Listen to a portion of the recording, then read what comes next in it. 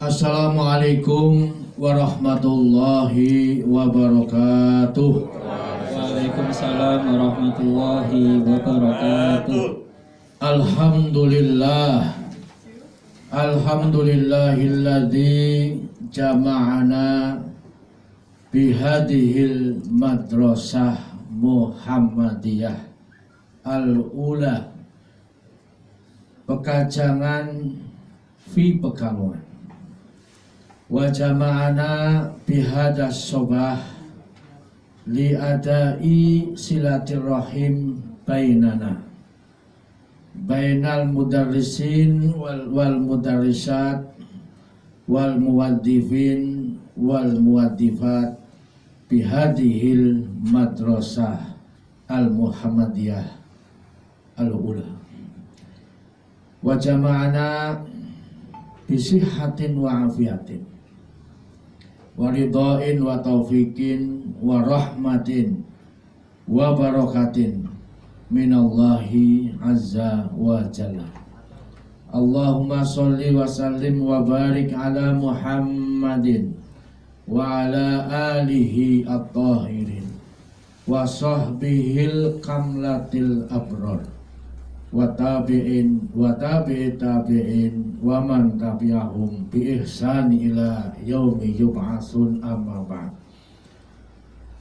Kepada yang terhormat Ibu Dr. Anda Dewi Masitoh selaku Ketua Kepala Sekolah Muhammadiyah 1 Pekajangan di Pekalongan, dan seluruh para asatid, asatidah, para karyawan, karyawati SMA MUHI 1 Pekajangan di Pekalongan yang selalu dimuliakan oleh Allah Subhanahu wa Ta'ala, yang selalu diberkahi oleh Allah, yang alhamdulillah pada pagi hari ini kita dapat bersilaturahim di SMA MUHI yang hebat sekali ini, karena telah banyak meluluskan para toga dan tomas, tokoh agama dan tokoh masyarakat.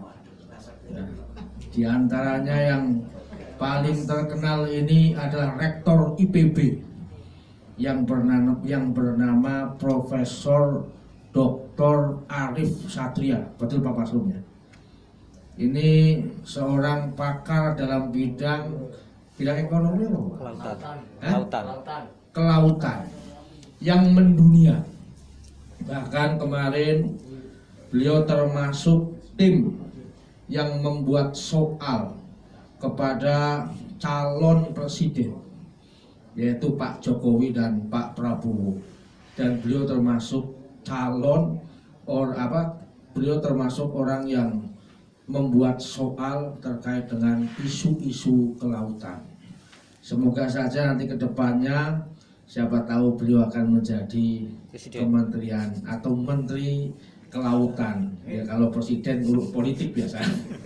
Ya, tapi kita doakan yang terbaik, ya, sehingga iklan kita biasanya ini sebagai SMA MUHI ini yang menampilkan beliau sebagai salah satu lulusan yang terbaik, bahwa ternyata SMA MUHI ini memang luar biasa, telah mendunia dan menjadi salah satu alumninya adalah Rektor IPB. Kita tahulah IPB ini kan sudah kelas mendunia, Institut Pertanian Bogor. Ibu Kepala Sekolah dan seluruh guru dan karyawan di SMA MUHI Pekajangan di Pekalongan, bahwa kita melakukan halal bihalal ini sebenarnya merupakan bentuk dari sunnah Muhammadiyah. Kemarin baru saja ditemukan Pak Pasru, ada sebuah manuskrip kuno, itu tahun 1913 yang ditulis sekjen pertama kali dari Muhammadiyah, ya, dari sekjennya Pak Kiai Ahmad Dahlan itu, pakai inisial masalahnya itu. Ini sempat viral juga, ternyata yang pertama kali mencanangkan kata halal bihalal di bulan Syawal itu Muhammadiyah, Pak. Ya. Bukan Menteri Agama era tahun 1946, justru kita. Karena apa? Ini merupakan bentuk ya sunnah. Ya, sunnah ini kan bukan sebatas sunnah Nabi, tradisi yang baik. Kalau dalam istilah hukum Islam ini adalah al-adatu muhakkamatun, tradisi yang bisa dijadikan sumber hukum karena sesuai dengan Al-Quran, Al-Hadis, dan juga ijma para ulama. Di antaranya misalkan dalam Al-Quran surat Al-Ma'idah ayat 13, Allah berfirman, A'udzubillahi minasyaitonirrajim, Bismillahirrahmanirrahim, fa'fu anhum wasfah, innallaha yuhibbul muhsinin. Di situ ada kalimat fa'fu anhum, memberikan maaf, bukan meminta maaf, memang. Hampir kalimatnya itu adalah memberikan maaf. Kenapa memberikan maaf? Kalau meminta maaf itu wajar. Sebabnya apa? Kita salah. Orang salah minta maaf. Orang berdosa minta ampunan. Taubat itu wajar. Tapi kalau memberikan maaf luar biasa. Allah memberikan kita ampunan, itu luar biasa. Allah memberikan kita rahmat, itu luar biasa. Kita memberikan maaf kepada orang lain yang telah menyakiti kita, luar biasa. Maka dulu waktu saya masih muda, saya lah, ya, bukan Pak Paslu, ya, saya. Ya. Waktu muda itu namanya masih muda, umur 17 tahun, kita pernah mengalami namanya cinta monyet. Nah, Bapak Paslu belum pernah kan? Belum. Saya mengalami. Ya. Yang namanya orang cinta monyet, oh putus, Pak. Kalau udah putus pada waktu itu, rasanya itu sakit. Sakitnya itu di mana? Di sini. Sakit banget deh. Ya. Kayaknya orang anak-anak yang masih 17 tahun itu kayak stres itu, ya. Nah, suatu saat yang memutuskan kita, ya. Ini kan kalau laki-laki yang memutuskan wajar, kalau perempuan yang memutuskan ini kan kurang ajar. Luar biasa. Ya, perempuan memutuskan, ya. Lalu dia minta maaf, ya. Nah, apakah kemudian saya memberikan maaf? Ya terpaksanya saya memberikan maaf. Aku maafkan engkau, tapi aku tidak akan melupakan kamu. Nah, sehingga sampai sekarang saya pun masih ingat siapa nama cinta pertamaku. Nah, kalau kedua udah lupa, ya. Nah, kalau ketiga ya ini istri saya sekarang ini. Nah, itu yang dimaksud dengan fa'fu anhum. Aku maafkan engkau, tapi aku tidak akan melupakan perbuatanmu. Ini juga pernah dilakukan oleh Rasulullah ketika Wahsy, si pembunuh Hamzah, sama Hindun, si pembelek dadanya Hamzah dan yang makan jantungnya Hamzah, datang kepada Rasulullah pada waktu Fathu Makkah. Lalu mereka datang menyatakan diri, meminta maaf, minta ampun supaya tidak dihukum, apalagi hukum rajam, bunuh, ya, kisos. Dan yang berikutnya adalah masuk Islam. Berarti kan Hindun, Wahsy ini menjadi saudaranya Rasulullah sesama Muslim. Maka mau tidak mau, ya, Rasulullah harus memberikan maaf kepada Wahsy, kepada Hindun, dan seluruh pembesar Quraisy. Maka ketika datang Wahsy, dia mengatakan, dia nangis, menunduk, tidak berani menatap wajahnya Rasul. Lalu Rasulullah mengatakan, saya maafkan semua perbuatanmu yang engkau lakukan kepada orang terbaik, yaitu Hamzah bin Abdul Muthalib, ya Wahsy. Tapi tolong, saya sampai kapanpun tidak akan melupakan perbuatanmu itu. Tapi saya maafkan. Nah, ini maksudnya fa'fu anhu. Memberikan maaf tapi tanpa melupakan perbuatannya. Ya, jadi hal seperti itu nggak apa-apa. Ya. Nah, memang kadang kita itu pernah mengalami hidup yang semacam itu. Ya, hidup di mana orang lain menyakiti kita, apalagi kalau babnya judulnya utang piutang. Ya, utang piutang, nek wong arep utang itu datang ke rumah itu sopannya luar biasa. Assalamualaikum Pak Ustadz. Waalaikumsalam. Gimana kabarnya Mas? Alhamdulillah saya. Gimana nih kabar keluarga, istri, anak-anak? Yang paling ageng temu di sini sekolah ya. Temu mriki. Oh nggih. Nah, terus ngobrol 30 menit. Ujung-ujungnya nyuwun ngapunten sanget ya. Nyuwun sewu sanget nggih. Kula niku putra niku badhe naftar sekolah. Tapi dereng gadah artanipun angsal napa mboten nggih nek kula badhe nggih ditulung lah. 3 juta mawon. Insyaallah seminggu lagi tak bayar. Mikir-mikir janjane ya ora ono. Ono tapi ya kebutuhan primer. Ya. Lalu dialog dengan istri wis pa ora mesake. Nah, 3 juta akhirnya kita kasihkan. 1 minggu berlalu gak ada kabar. 1 bulan berlalu gak ada kabar. Arep nagih isin. 2 bulan gak ada kabar. Setahun 2 tahun orang no kabar. Suatu saat ketemu. Mas, piye Mas? Kan jadi seminggu. Lah kok udah sebulan 2 bulan? Alah wong jenengan ki yo dosen. 3 juta kok oke terus. Memang itulah ya. Suatu saat roh pas bulan Syawal minta maaf. Coba. Nah, apa kita maafkan? Padahal duitnya yang kebayar juga. Ya maafkan. Mohon maaf ya Ustaz, saya belum bisa bayar ya Pak orang, saya maafkan. Tapi ya sampai kapanpun aku tidak akan melupakan perbuatanmu itu. Nah, baru kemudian yang kedua waswah. Nah ini susah yang waswah itu. Waswah itu artinya apa? Berlapang dadalah. Plong, sudahlah. Yang lalu biarlah berlalu.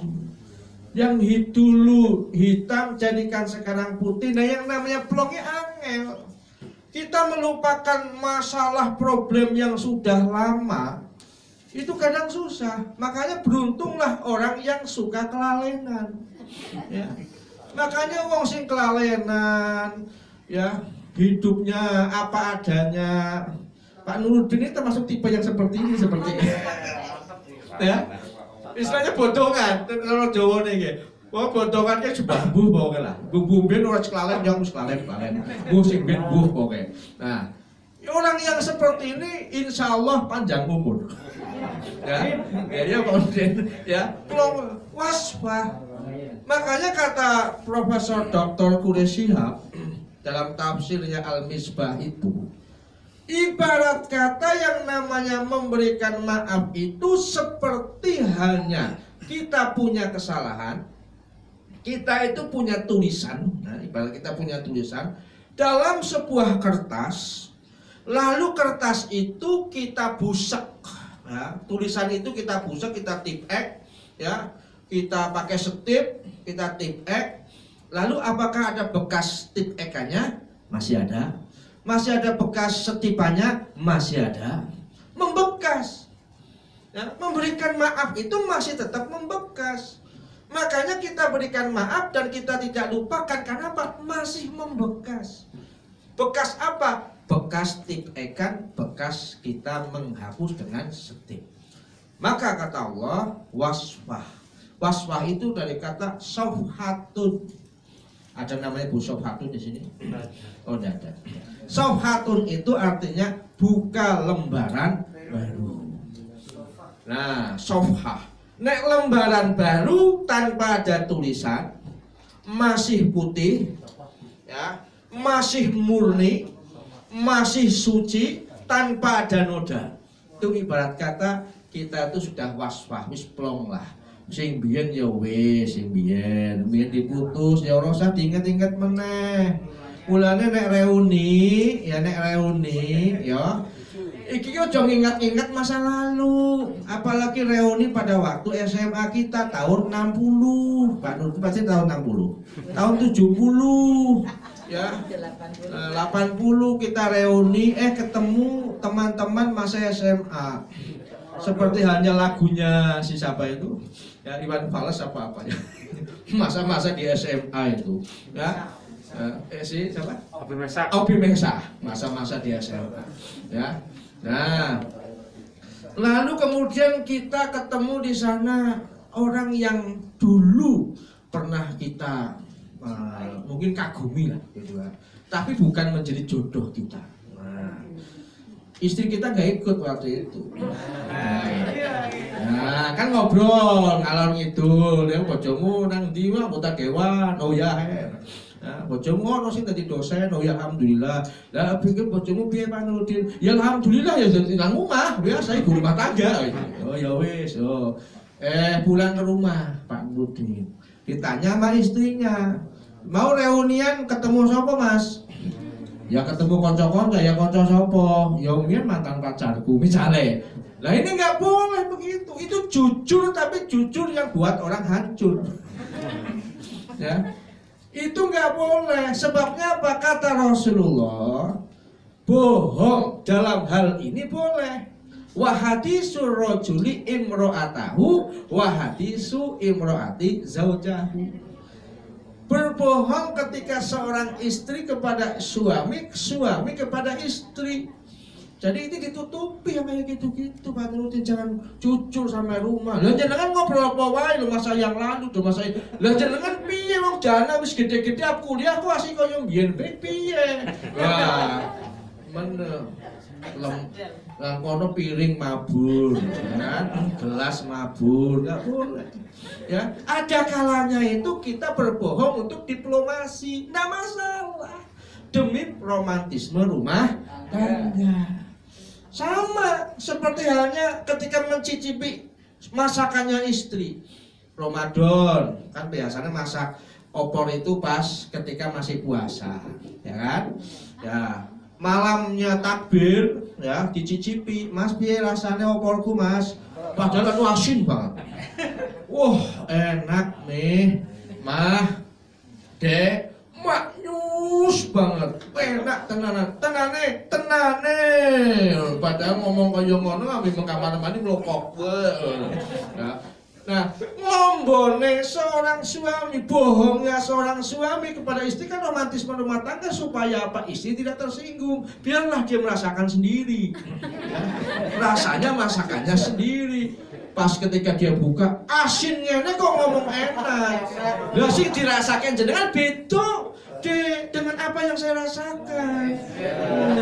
Yang aku rasakan itu enak, orang kasinen. Apapun yang namanya cinta, ya, yang namanya cinta itu, yang namanya pahit jadi manis. Ayo, kalau judulnya adalah cinta, kata anak muda, tai kucing pun rasa coklat katanya. Kalau sudah cinta, ya. Nah itu namanya apa? Berbohong hadisu rojul imro'atahu wa hadisu rojuli zaujatahu. Jadi ada unsur romantisme, ya. Samalah seperti halnya kita pulang kantor, ketemu dengan istri bilang, "Mas, tok tumben wangi nemen." "Ah, tenane." "Iya." Nah, yo jenengan kok saiki kok romantisme temen. Padahal kok mambu keleke luar biasa. Ya. Eto kotok. Ya. Demi apa? Demi romantisme rumah tangga. Nah, karena apa? Romantisme rumah tangga itu harga mati. Nah, inilah bentuk silaturahim di antara kita dengan istri kita. Nah, jadi kantor pun sama, ya. Makanya di kantor pun kita pun sama seperti itu, ya. Makanya kan kata Rasulullah itu kalau masalah status sosial, status ekonomi itu jangan melihat orang yang statusnya di atas, ya. Wala tanduru man huwa faqakum, tapi unduru man huwa aswala minkum. Fa innahu ajdaru Allah tasdaru nikmatallahi alaikum. Jadi lihatlah, ya, kepada orang yang status sosial dan status ekonominya di bawah kita. Jangan melihat orang yang status sosial dan status ekonominya di atas kita. Kenapa? Kalau kita melihat orang yang status ekonomi sosialnya di atas kita, kita itu tasdaru nikmat Allah, jadi kufur nikmat. Hidupnya itu selalu kurang, ya. Kita itu selalu susah melihat orang senang, dan kita itu senang melihat orang susah, ya. Makanya kan kadang nih pas lagi lebaran kan kadang ibu-ibu ki ya arep salamane ngene. Maksudnya ono gelange. Kicing. Ternyata gelange telu. Gelange kok telu. Guru karyawan koyo telu. Nah, sing ngomong sing jenenge meneh aja iri. Lah ketulku nang pasar Tiban sih. Apa ya? Ya, biasa bae, nyantai bae. Oh ya wis, ya ora usah panasan. Nah, mulane dadi wong ki nek waswah, plong-plong, bolongan, blong-blongan, aman, ya. Alah, kayak kalung di pasar Tiban, padahal asli emas.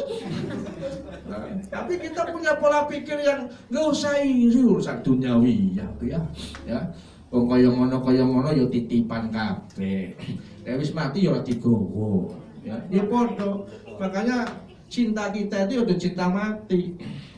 Nek cinta mati itu cinta ketika mati dibawa. Seperti orang Hindu, suami mati, istri harus ikut mati. Nah kalau kita, emang istri mati mau ikut mati? Ya pikir kawin lagi kan? Ya kan?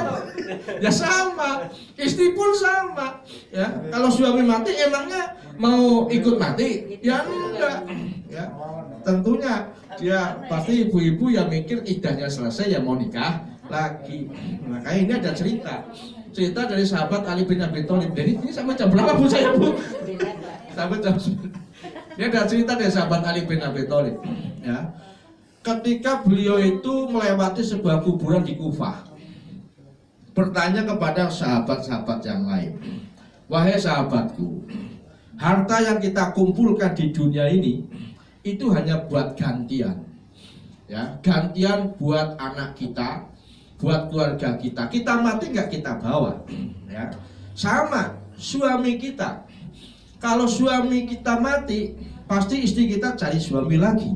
Betul, saya sahabat Ali. Nah, istri-istrimu pun sama. Ketika istrimu sudah meninggal, maka apakah kau berpikir mau nikah lagi? Ya stopan, ya sahabat Ali. Tentu saja.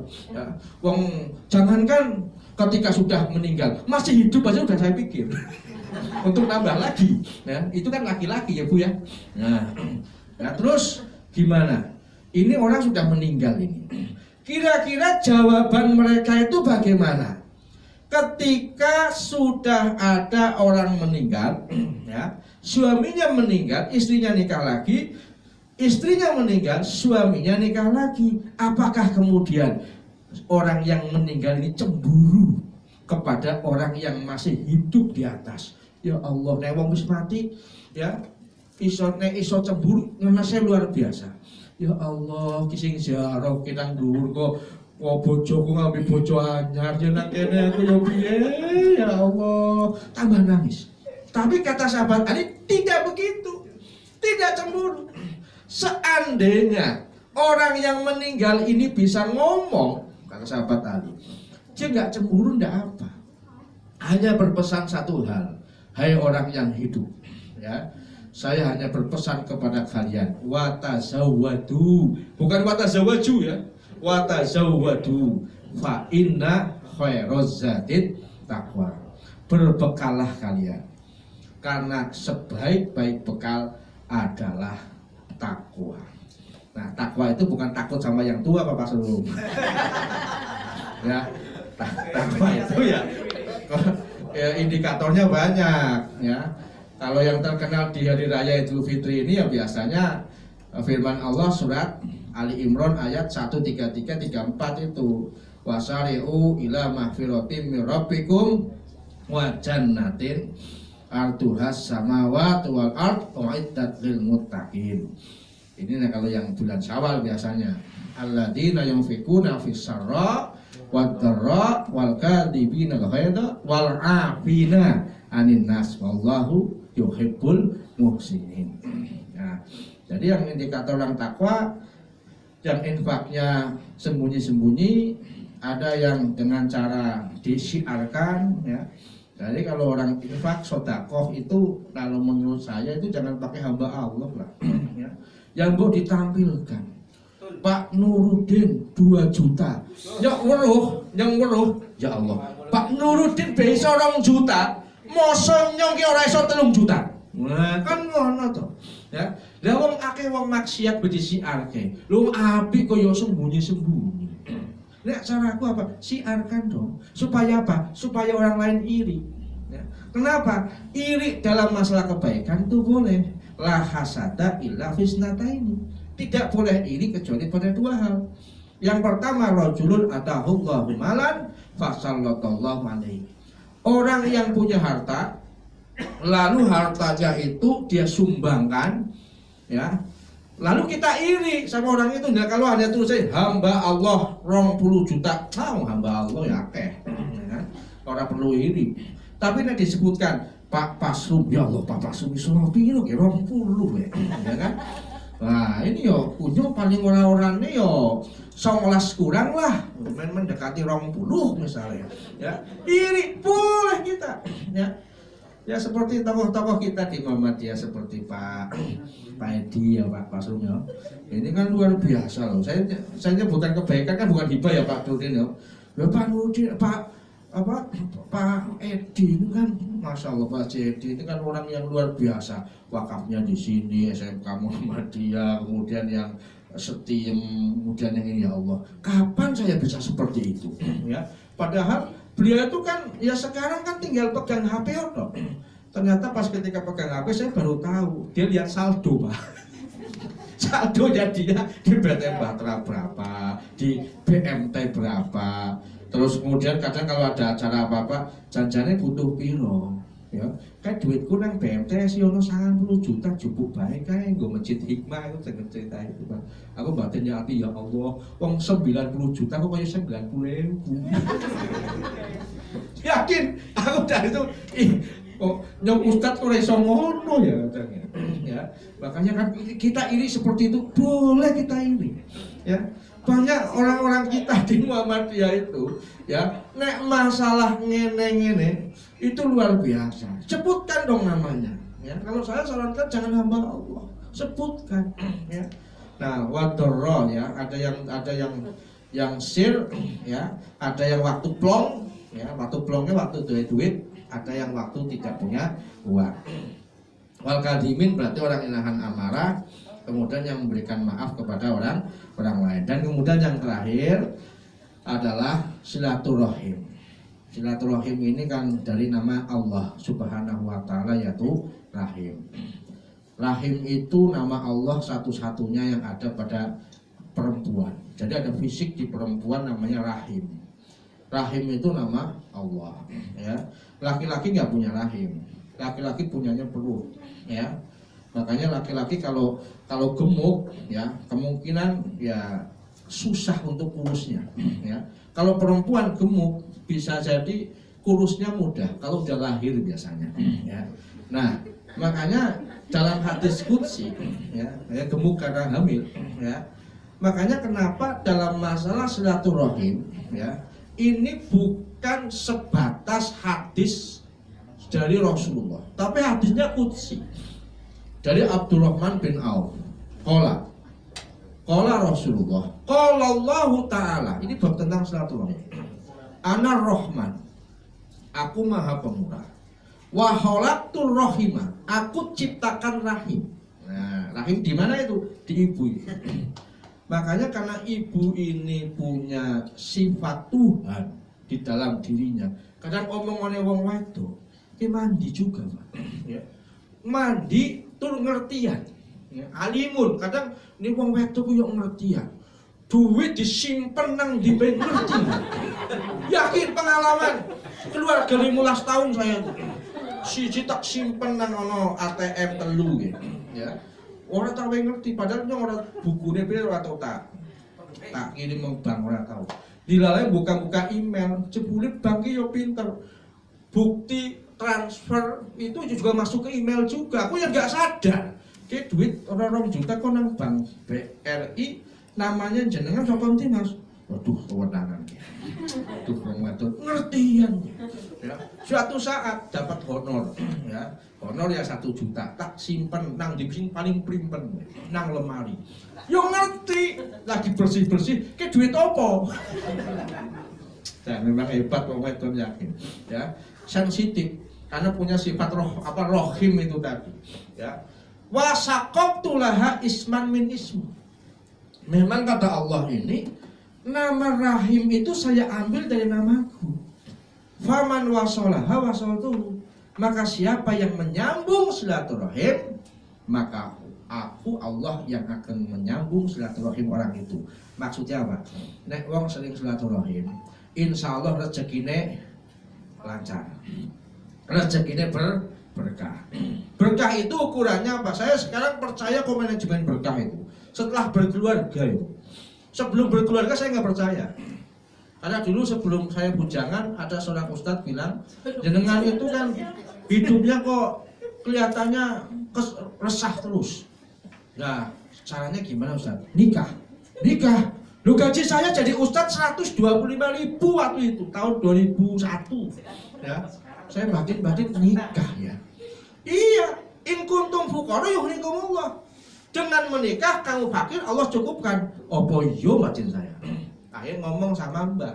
Ya wis ora apa-apa kayak modal nikah kayak warisan ibumu didol bae. Ya tak dol. Ya, gua modal kawin. Ternyata yuk bener. Basa bar kawin ki yo banyak tawaran mengajar. Walaupun ngajarnya kadang di sekolah ini, ya banyak ngajar lah dengan jam yang berbeda-beda. Akhirnya nambah 500.000. Nah, kemudian waktu itu ada lowongan dosen di STAIN Pekalongan.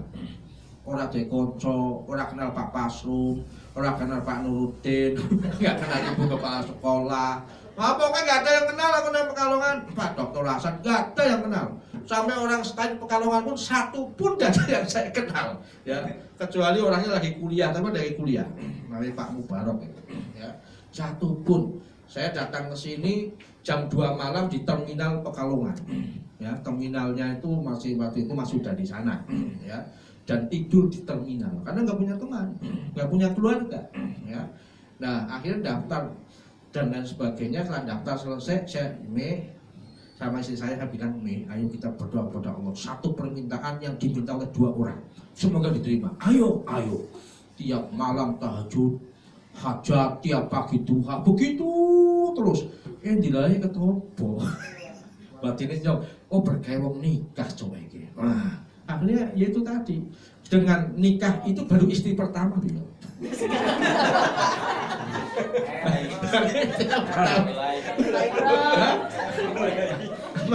Makanya gelarnya ustadz. Ya, makanya kedua kan kiai, jadi kalau dia kiai. Yang ketiga syekh puji. Yang keempat kan yang subur 4,5. Baru 1 itu. Ya. Ya memang betul. Jadi Ustaz ya, nikah itu memang berkah. Ya. Ya. Makanya yang masih bujangan itu yang segeralah untuk menikah itu, ya. Nah, makanya faman wasolah itu penting. Menyambung silaturahim. Nikah kan menyambung silaturahim dengan keluarga. Keluarga siapa? Keluarga mertua, ya kan? Makanya Allah katakan misakun hulidho, perjanjian yang kuat, ya.